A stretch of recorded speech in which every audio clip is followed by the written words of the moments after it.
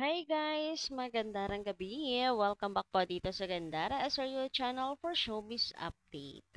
Andito na naman nga po akong muli, nagbabalik, ang nagmamaganda ninyong kachismosang Kim Pao. Wala na pong iba ang lokaret na si Gandara upang magatid sa inyo ng latest update and fresh happenings patungkol kina Kim Chiu and Paul Avellino. And para sa gabing ito, naku, batiin ko muna kayo ha ng happy first day of June. Kamusta naman po ang pagpasok ng June sa inyo? Ayan. Kahit po hindi magkasama ang Kim Pao dahil syempre live na live po ang ASAP.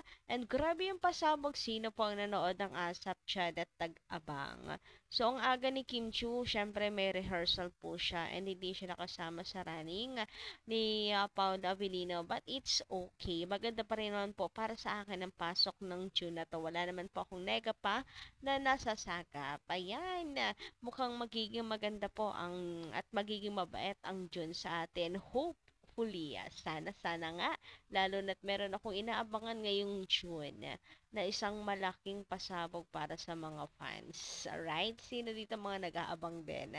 Anyway, bago tayo mag-start, sa mga hindi pa po nakaka-subscribe dito sa ating channel, paki-click lang po tayo na subscribe button at notification bell na nandyan sa baba para maging updated po kayo at ma-notify tuwing may bago po tayong chika at balita hinggil sa Kim Pao.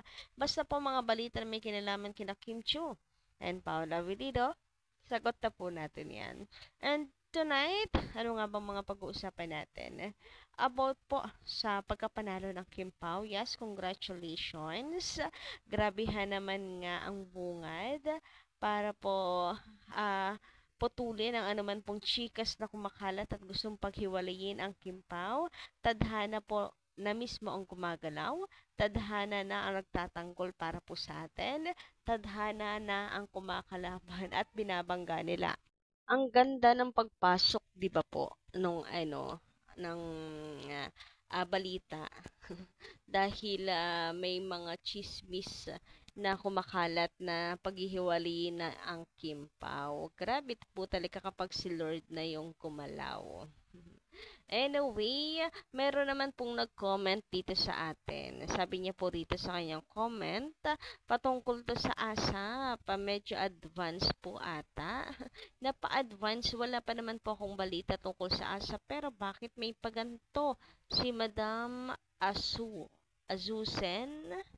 Ayan, sabi niya dito, we, Gandara, sabi mo, nandyan sa backstage si Paulo sa ASAP. Sabi daw, sa nagpunta sa ASAP, wala si Paulo sa ASAP. Ano ba, Gandara? Grabe naman kayo, madam. Wala pa po akong napopost patungkol sa ASAP, di ko pa nga nababanggit eh sa mga wala po akong update kahapon, wala rin kaninang umaga. Ngayong gabi pa lang po ako mag-update. Tungkol po sa ASAP, bukas ko pa nga po naka-schedule yung pag-update ko sa ASAP. Alam nyo ba, meron akong nasagap na chismis tungkol dito sa ASAP na ikatutuwa ninyo. Pero bukas na yan. Masyado na kasing gabi. O, madam ha, Azusen. Wala pa po ako nachichika tungkol sa ASAP, bukas pa lang. Sa inyo naman nasagap na binalita ko na nandiyan sa backstage si Paulo. Baka ibang vlogger po 'yun, hindi po ako. Meron nagsasabi dito na may kaboses ako. Ayan, pero hindi po ako 'yan. Sino yung tinutukoy niya? Advance niya naman po. Pero huwag kang mag-alala, meron po akong paayuda sa Kim Pao tungkol sa ASAP na 'yan. Ay, nako, ngayon pa lang na-excite na nga ako eh. Anyway, mabalik tayo dito sa pagkapanalo po ng Kim Pao for VP Choice Awards. Grabehan nga yun. Congratulations. Post po ng Dreamscape Entertainment. Ayan. Congratulations to at Paul Avellino for winning the TV Actor of the Year for Linlang at the 6th VP Choice Awards. Your Dreamscape family is proud of you. Is so proud of you. So ayan, di pa may pa-congratulations po sila dito kay Paul Avellino. So dito nga po muna tayo dahil deserve ni Paul Avellino yung kanyang pagkapanalo dito. Silang dalawa ni Kim Chiu. Pero highlight po muna natin si Paolo kasi talagang pinaghandaan niya to. Yan. Grabe, syempre makakatrabaho niya ang kanyang matagal ng crush. Kaya naman paghahandaan niya talaga yan. Charot, hindi. Ano kasi talagang bukod po na makakatrabaho niya si Kim, bukod sa inspired siya because si Kim, ang kanyang mga katrabaho, ay very dedicated po talaga si Paolo sa mga trabaho na binibigay sa kanya. Kaya eto, nagbunga po ang paghihirap ni Paolo Avellino. Deserve na deserve po talaga niya yung nakuha po niyang award about this. So, eto nga no, pahayag ni Paolo before. Nagtataka yung ibang tao. Parang nagpabaya daw ako. Pero it was all to prepare for Lin lang. So, I think about sa appearance niya, talagang medyo chubby, haba ng hair, parang nagpabaya talaga sa sarili. Pero nilinaw niya dito, ganyan talaga yung inachieve na inachieve niya talaga yung look na yan bilang preparasyon dito sa lindang. O di ba grabing effort po yan. Gusto niya maging realistic talaga. Ibinibigay po niya talaga kung ano yung character at yung wangis should be ng character ni Paolo Avellino doon, which is Victor. And nagampanan siya ni Paolo Avellino. Kudos talaga naman po. Grabe yung preparation ni Paolo Avellino dito. Grabe yung dedication. Inspired. Kim Chiu ba naman? Crush. Charot. So, eto na nga sabi dito. Kumbaga, yung dedication ko na binigay ko sa proyektong to, binigay ko talaga. Hindi ako tumanggap ng ibang proyekto para matutukan ko to. Grabe, di ba? At the same time, ang dami ko ring disiplina na ini-instill sa sarili ko para ma-achieve yung tingin ko na makakatulong sa show in some way in terms of visibility. Tama naman si Paolo para kapanipaniwala, 'di ba? Yung character niya. Alam nga naman ang ganito yung character niya pero yung wangis niya hindi tugma. So grabe, isa talagang tunay na aktor si Paolo Avellino. Grabihan nga po 'yun. So kahit parang tiwalang-tiwala din siya na maganda yung istorya na ito para talagang ibuhos ni Paula Avellino yung dedikasyon niya rito. And finally now, 'di ba? Nanalo po siya as a best actor. So nagbunga lahat ng paghihirap ni Paula Avellino. Congratulations.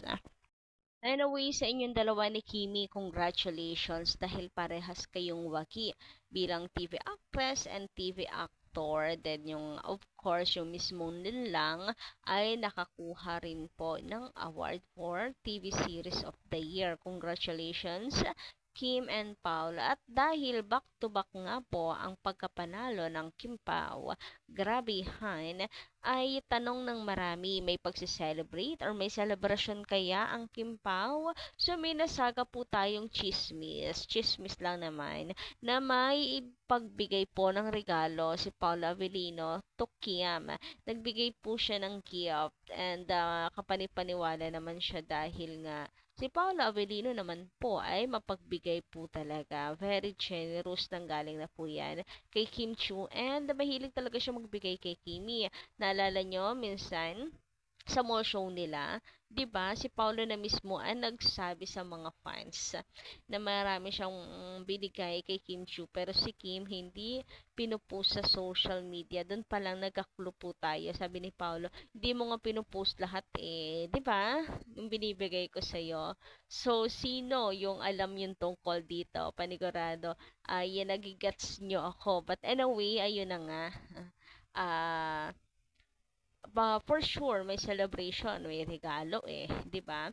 Eh magse-celebrate po talaga sila 'yan kasi victory po nila 'yan eh, 'di ba? Tapos tayo naman syempre mains natin nagse-celebrate, of course. Tayo naman as a fans, nagse-celebrate din tayo dahil kaliwat kanan po talaga po ang nagsasabi at gusto pong paghiwalayin ang tandem ng Kim Pao. Then here is the good news. Grabe, 'di ba?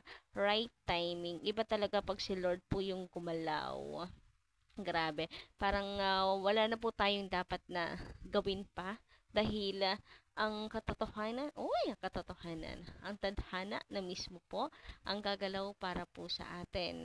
So, ayun, nothing to worry about dahil tayo po ay sinaklolohan, binakapan ni Destiny ng Kimpaw. So, yun, papaano pong maghihiwalay ang Kimpaw niya ni back to back po ang pagkapanalo ng dalawa. So, yun. For me, Kim Pao, hindi pa po tapos ang era ng Kim Pao para i-end nila yan. Fans are not ready and sure yung alam naman nila, 'di ba? Ang ibinagsak na pera, ang tawag dito ipinanhik na pera ng Kim Pao sa kanila. Yung effort po ng mga fans talaga naman. Anyway, congratulations again and again. Kung mayroon ngang naganap na selebrasyon ng Kim Pao, sige lang, tuloy nyo lang yan. Charot, hindi kami maghahanap. Huy, grabehan nga yan. Anyway, hanggang dito lang muna ang aking update. Thank you so much guys sa inyong pakikinigan. Kita-kits po tayo sa susunod kong balita. Maraming salamat.